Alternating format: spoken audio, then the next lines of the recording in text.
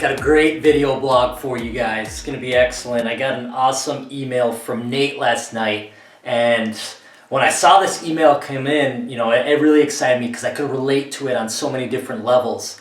Let's jump into what Nate writes. Nate writes, "Hi TJ, this is Nate from Miami. I hope everything is well. I'll keep this short and sweet, but I was wondering if you have any advice on how to not gain weight or lose muscle while being injured. I have severely sprained my ankle and have barely been able to walk recently. This injury seems like a major setback and I'm starting to get frustrated. Thank you in advance. Keep up the killer website and I absolutely love your motivational quotes. Thanks a lot, dude." Nate, great question, man. I've been there. I've certainly been there. I've been there many, many, many times. If you don't know, I've played sports my entire life, played soccer growing up through high school and college and whatnot, and I was always that guy being injured. Always that guy. Every single season, I was sitting out half the term because of injuries. And so I've been there. I've been in the trenches, and I've been in the trenches at 50% capacity. I know how it feels to fight a battle where you feel like you only have half the bullets, so to speak. So Nate, great question, buddy, and I hope I can address it the best I can. So let's jump into this and let's break this down a little bit. When we are experiencing an injury, we first have to ask ourselves, am I broken or am I breaking? Am I actually injured or am I just a little sore, a little tender? There's a fine line between the two.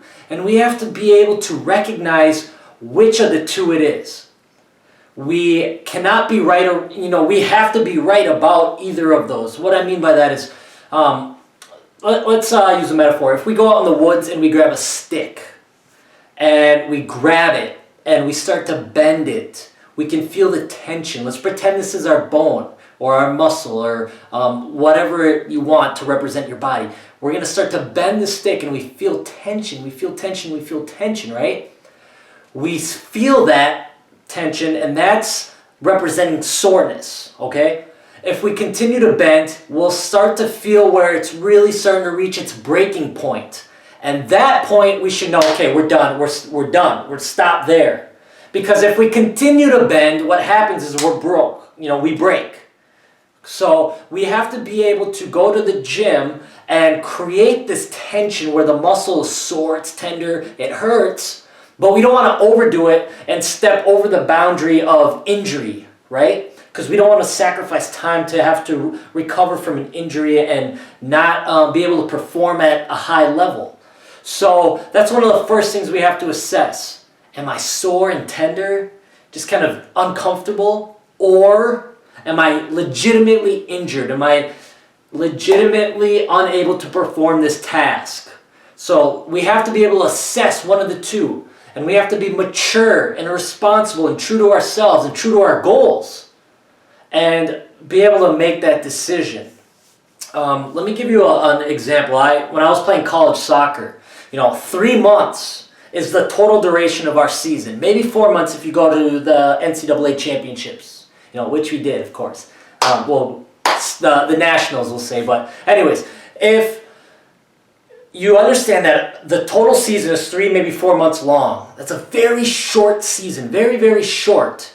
And as a player, especially a player that's always being injured, I had to legitimately and consistently assess, is this an injury that is past that breaking point? Or am I just sore and tender, and is it just an impact wound? Is it just pain from impact? And 9 times out of 10, it was just a pain from impact where I got hit, hurt a lot, it got bruised, it was sore, it was probably bleeding, it was swollen, inflammation, all the signs of a dramatic impact, and it hurt to the touch, it hurt through function, and at the same time, it was so mental. Yes, it was painful. It was very painful. Very painful. Try getting, cleated with metal studs on the inside of your foot and having a full strike at the ball, and someone comes in with metal studs and you kick the bottom of that. Imagine what that's going to do to your foot. You know, there's the foot is just made up of bones. You know, there's not any muscle tissue or blood in there really. It's just bone, so it's really bony. That's impact on metal studs. What happens is that you get bruised very easily in the foot. And, you know, if it was the shoulder or, you know, my back or my arm, no big deal. But I'm playing soccer. I need my foot, do I not? And so every single time I was striking the ball, pain, pain, pain. And so I was finding myself hiding away from the play a little bit. I didn't want to touch the ball because it hurt like hell. But I had to sideline the pain and continue to perform because I understood that my goal is to get to nationals. And I only have 3 months to get there. And if I sit out, then I miss the opportunity to get there, right? And so you have to be able to mentally sideline the pain sometimes.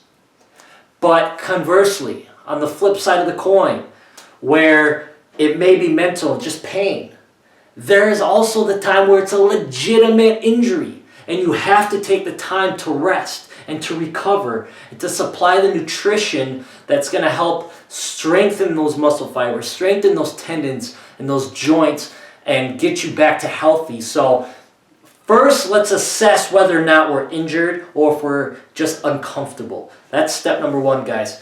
Step number one, super important there. But let's say we determine that this injury is something that needs to be put off for a little while. We need to kind of rest it and not apply any pressure on it, not activate it by stimulating it through activity. Let's just let it rest, okay? When we decide that, it doesn't mean we sit on the couch all day and watch TV, you know, and eat Cheetos. It's not permission, it's not a permit to do that. Okay, instead we assess, okay, what's injured? We'll just say it's our ankle. Let's see, Nate, injured ankle, right? So, perfect example. You can't really walk much, but that doesn't mean you can't hobble into the gym and still do everything upper body for the most part. You know, you can still do bench press, you can still do bicep curls, you can still do close grip bench, you can still do tricep pull downs and pull-ups and lat pull downs. There's so much you can still do, right? You can still do planks, just put the bad ankle over the other one. You can pretty much hit absolutely everything except some of the heavier like squats and deadlifts and walking lunges you're not going to be able to do, but you can still do at least 75% of what you would normally do with a sprained ankle. Now you're probably thinking to yourself, I can't hit legs. I can barely walk. How am I going to hit legs? It's not true, guys. Get creative.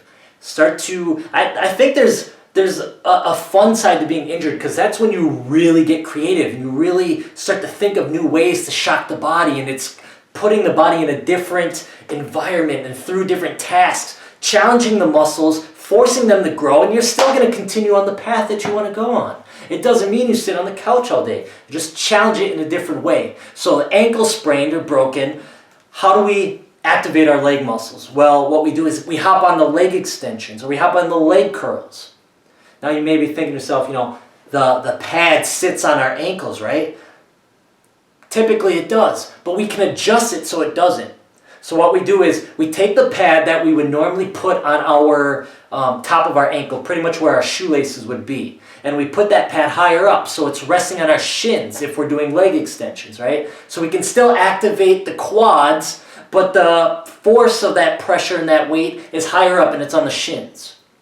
Same is true for leg curls, where we would typically put the pad pretty much near our heels or on our Achilles. We would just bring it up a little bit, and now it's resting on our calves. Still activating the hamstrings in the back there. Activating our leg muscles, not taking massive steps backwards. So, Nate, there's a lot you can still do. And then, of course, you can do all the upper body lifts. So, take advantage of what you can do. Don't use it as an excuse to sit out of the game. Get in the game. Challenge yourself. You know, where I was in that soccer game having a hard time using my right foot, now I'm forced to adapt to my left foot, which was my weaker foot. But I had no choice. And because I had no choice, I was able to adapt to that situation, growing my ability to use my left foot. You see what I'm saying? So it's still a positive result because I was able to strengthen my weakness now. So there's a lot of positives to continuing to be active to a certain extent when you're being injured. Do not utilize that as a time to sit back and feel sorry for yourself and use that as an excuse to start pounding the cheeseburgers and the pizza and sit home and take work off and watch Netflix all day. You want to maintain your lifestyle, improve it, continue to grow and stretch yourself. Okay? Let's see. Let's continue forward. So, what are some things that we can eat and supply through nutrition to help us recover through an injury? Well, as you guys know, protein is obviously going to be one of those major factors in improving the recovery process. It's going to help repair the actin-myosin filaments, but if it's more of a skeletal fracture or a strain of a tendon or whatnot, protein is still going to help that, okay? Protein is going to help that recovery process dramatically. We can also increase our intake of BCAAs, branched-chain amino acids, glutamine, glucosamine, and fish oils, just to name a few. So there's some supplements that we can consume to help recover at a faster rate, giving us the ability to get back into action at full capacity in a much faster manner. So take advantage of those. What else? Let me rewind a little bit. As we're in the gym, guys, I want to make sure this is a small topic, but it has big results. If you are injured, let's say so very commonly, fellas, we always strain our shoulder cuffs. We always go in the gym doing these heavy bench presses, or our form is slightly off. The shoulder and the rotator cuff itself is such a complex mechanism that when you strain just one piece of it, it kind of all gets thrown out of whack and it's imbalanced. And so very commonly do we see people getting injured in the shoulder cuffs. But that's okay. It doesn't mean you cannot do anything for the rest of your chest workout or your shoulder workout, overhead presses. There's things you can still do. A lot of times what happens when that injury occurs, it's an overstretch. Maybe it's on flies where you just overstretch that region. Or you were on bench press and you just went down the load was too much and you went down too much, right? Stretching and straining and tearing that muscle fiber. So what we can do is still activate that muscle region by doing the same workouts, the same exercises. You can still do bench press. You can still do overhead presses and flies. But what do we do differently? We shorten the rep, meaning we do partial reps. So if we're on bench press, and I don't know if you can see this, if we're on bench press and we normally go down and up, down and up, now we're just going, and if the pain is down here, right? If the pain is down here, instead we're just going partial, partial, partial, focusing on the muscle region, right? Mind-body connection there. Not overloading the bar with weight, but still activating those muscle fibers through that exercise, through that movement. So we're still getting some benefit and we're not completely sidelining that exercise and forgetting about it, okay? That's an important thing to add into your workout routine while being injured. Another thing I wanted to mention, guys, is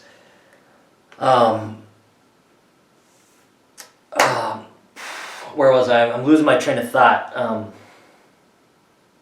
What are some things to do? So if we're injured, what are some things we can do before and what we can do after our workout to help maintain and also recover and prevent further risk of injury? What we can do before activating our muscles through the gym and activity and exercise, what we can do is heat that muscle region. If we have a strained hamstring, what you would want to do is take like a hot towel by making it wet through hot water and applying that wet rag or towel on your hamstring. What that's going to do is help reduce that current inflammation. It's also going to help increase the blood flow and the oxygen flow, overall circulation within that muscle region, helping reduce the risk of further tear.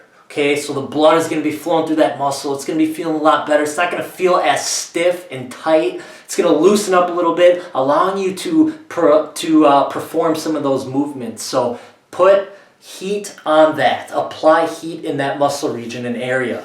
What we can do afterwards is, now this all depends whether it's skeletal, meaning tendons and bones, or if it's muscle. If it's muscle, I want to caution, I want to say this carefully. So sometimes we can stretch to help reduce risk of injury, further injury, right? But a lot of times if we have a strained muscle, it's strained for a reason, and it's strained because you overstretch it. It got to a point of elongation was maximized. It stretched too much. So it wouldn't make sense to stretch that muscle region afterwards, right? You see what I'm saying? You wouldn't want to, essentially you'd just be making it worse if you're stretching a pulled muscle already sometimes. So you gotta kind of see how you're feeling. At the same time, a stretched muscle or a strained muscle can get tight, like a quad or a hamstring can feel really tight. It feels like there's a massive knot in the back end or wherever that muscle is. And so sometimes you can do light stretching, not as much as you would normally if it wasn't, but you can just kind of feel it out for yourself, kind of finick around with it, see how it feels, shake it out. The process and the point of it is to increase that blood flow. Okay, we don't want it to shrink up after and get really tight and get all knotted up. We want to very carefully soothe and stretch that muscle so we can increase that blood flow and increase that oxygen and reduce the inflammation. So we can do some very light to moderate stretching. We can foam roll. We can, of course, apply what's known as RICE. That's an acronym for rest, ice, compression, elevation. Something that we would want to do immediately. I would say immediately after our workout, we want to put ice on it. And then we want to compress it if we can. And then later on when you get home, or if you have time to stay at the gym, elevate it. If it's your ankle, put your feet up on the wall where your legs are higher than your heart, helping flush a lot of that lactic acid out, circulating blood, getting everything flowing again, and it's going to help speed up that recovery process. So extremely important to dedicate 15-20 minutes after your workout to recovering that muscle. And that's not just after your workout. You should be applying that RICE principle, the rest, ice, compression, elevation, throughout the day, consistently. So you are always, you do 20-30 minutes here, then 2-3 hours later do another 20-30 minutes, so you're consistently doing that throughout the day, helping improve that muscle region, get back to normal so we can perform. Another thing, guys, is I want to share a little story where it was a couple years ago. I was training with a professional soccer team. I was, out for the pro combine. I wasn't necessarily trying out for the team at the time, but I had just been invited. Said, why not? I'll take work off. I'll go out, have fun with some of the guys, kick around the ball a little bit. So I went out there, and this is to illustrate the mind piece, the mind piece I was talking about in the beginning of this. If you sorry guys, I'm blanking out here. Okay, so I was out at this program. I'm playing soccer, and it's a 7-hour tryout essentially. It's 4 hours in the morning, then a little lunch, and then 3 hours in the afternoon. And the first 30 minutes of stepping onto that field, I went in for a tackle, and I stripped the ball from the guy. And I didn't connect with the guy because the guy jumped over me as I'm on the ground. And when I was on the ground, the guy landed directly on my kneecap with metal studs. And his studs went right into my knee, punctured my kneecap, and I was gushing blood and all that stuff. And I thought the pain that I was feeling was just from impact because it was obviously a big hit. And I was like, it's no big deal. I'll keep playing. And I was limping around for a while. I had to crawl off the field. I started to loosen it up, do some high knees and whatnot, try to loosen up my knee, try to keep it warm, because I knew that once my kneecap got cold, that I'm done. I'm gonna be done. So I wanted to keep it warm. So I got back into the game as quickly as I could. I played for another hour, another 2 hours, another 3 hours. Towards the end of that third hour, we only had one more hour left. It was starting to get really stiff, really, really stiff and really painful. I was no longer able to, that entire time, I was having a hard time sprinting. And here I am playing center defense, a position that I never play, and I'm having these professional soccer players from, the MLS, these players come at me, these strikers, these forwards come at me full pace, and they're the best of the best, at least in the U.S. And so I'm having to keep up with these guys, and I'm struggling, I'm dying. My knee is completely shot. But the entire time, my mind was just telling me, keep going, keep going, keep going, because my college coach chirping in my subconscious, telling me it's just blunt force trauma, you're fine, it's just impact, keep going, keep going, keep going, you'll be fine, just ice later. And so I keep going, okay? Then we have our little lunch break, and I'm doing everything I can to try, and I was pumping the BCAAs, the glutamine, I had protein with me. All the other guys are eating pasta and whatnot. I'm like the little bodybuilder playing soccer, and I'm putting all this stuff in my body, trying to replenish, throwing electrolytes in, everything I can. The second session starts, and I get out there, and it's really, really painful, to the point where I don't know if something's wrong. I felt like I strained a major ligament within my knee, but I kept going. I kept playing for another hour, another 2 hour. About 30 minutes remaining in the entire session, the 7-hour session, I called it quits. I walked off. The coach was like, what's wrong? What's going on? You should stay out there. You're doing fine. You're doing great. Stay out there. I'm like, I'm done, guys. I'm done. I'm done, man. And I was limping off. Like, I'm done. I'm sorry. I had a great time, but I'm done. And I sat, and then I went to kind of lean back and sit down, and then, boom, passed out. What happened is I woke up on the trainer's table, the on-site medical trainer. I was on there. I woke up on the trainer. I had all these physicians around me, and I blacked out. They said that all my adrenaline had subsided. They asked me when this happened. I said, this happened, 6.5 hours ago. And they said, well, we don't know for sure, but you for sure sprained or strained your MCL. It's like, okay, that sucks. That's actually one of the very few injuries I haven't had yet. So I was in a tremendous amount of pain. All my adrenaline was gone. And I felt like a grenade had exploded in my knee. And I was running around for 6.5 hours. I had very little nutrition in me. I was just slamming BCAAs and glutamine. You're not going to really eat when you're running that much. So I had very little food in me. I felt super lightheaded and dizzy. And to make this extremely long story a little bit shorter, what happened is I ended up going to the emergency room. And sure enough, I fractured my kneecap, and I had sprained my MCL. And I ran on that for 6.5 hours. Even running that much on a 100% body is crazy. But to do that with a fractured kneecap is just stupid. It's stupid. I'm not telling you this story to boast about how badass I am or how hard-headed and strong I am. I'm telling you this story because how stupid I am. Stupid. Playing on a fractured kneecap and a sprained MCL for what? Yes, it was at a professional level, but I wasn't trying to. I wasn't out there to be professional. I already knew that what I'm doing right now here for you guys is what I want to do with my life. I don't want to play professional soccer. So it's like, for what? Why did I do that? And it was because of my ego. I let my ego get the best of me. I wanted to prove to myself that I can still play at this level, and the injury isn't going to disprove that. So I'm going to continue going forward. And if it is an injury, it's no big deal. I'm strong enough to recover from it the next day. But sure enough, this was an injury that had me sidelined, 100% sidelined for a full month. I laid on the couch for a full month. And I didn't go to work for a full month.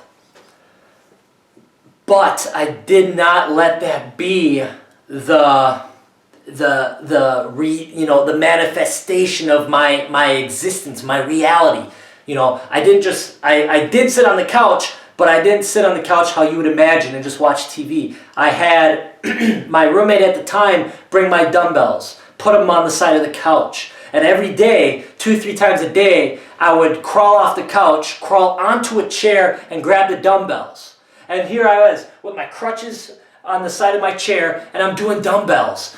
And I'm doing curls to presses, I'm doing dumbbell lateral raises, front raises, doing everything I can to keep my heart rate up, elevated, keep blood flowing, oxygen flowing, activating as many muscles that I can, okay? I couldn't move my entire left leg. My knee was so out of whack and it was so painful I couldn't move my left leg at all. So I had a huge brace and boot on and all that stuff. But I did my very best to stay as active and stay true to the course. Try and eat as healthy as possible, not use that as an excuse to take work off completely. I was not in work, but I had my laptop, I was doing work. I wasn't able to go to the gym at first, but I tried to bring the gym to me and the nutrition, and I was blessed to have my mom and my fiance bring me food and whatnot, so I was great, and I utilized the resources I had to stay true to the course, stay true to my path and my goals. So to sum up what I'm trying to tell you guys is that it's extremely important to recognize, am I breaking or am I broken? And it's very difficult to distinguish between the two if you let your ego control your thought process. Be mature enough to say, I'm injured, I'm out, I'm done. Sorry guys, I can't play tonight. I'll hit me up next week, maybe next week. And then on the flip side, I can push through this. I can do this. It's no big deal. I'm sore, I'm tired, it hurts, but I can do this. So there's two distinctions there. It takes a little maturity, takes a little experience to know the signs, and it takes a knowledge of knowing when your ego is speaking. So, Nate, great question, man. Really great question. I hope this video blog helped answer your questions. Everyone else, thanks so much for watching. Look forward to a few new video blogs by the end of this week. I'm going to release 2 more, so look forward to that. Until then, guys, take care. God bless. I'm out.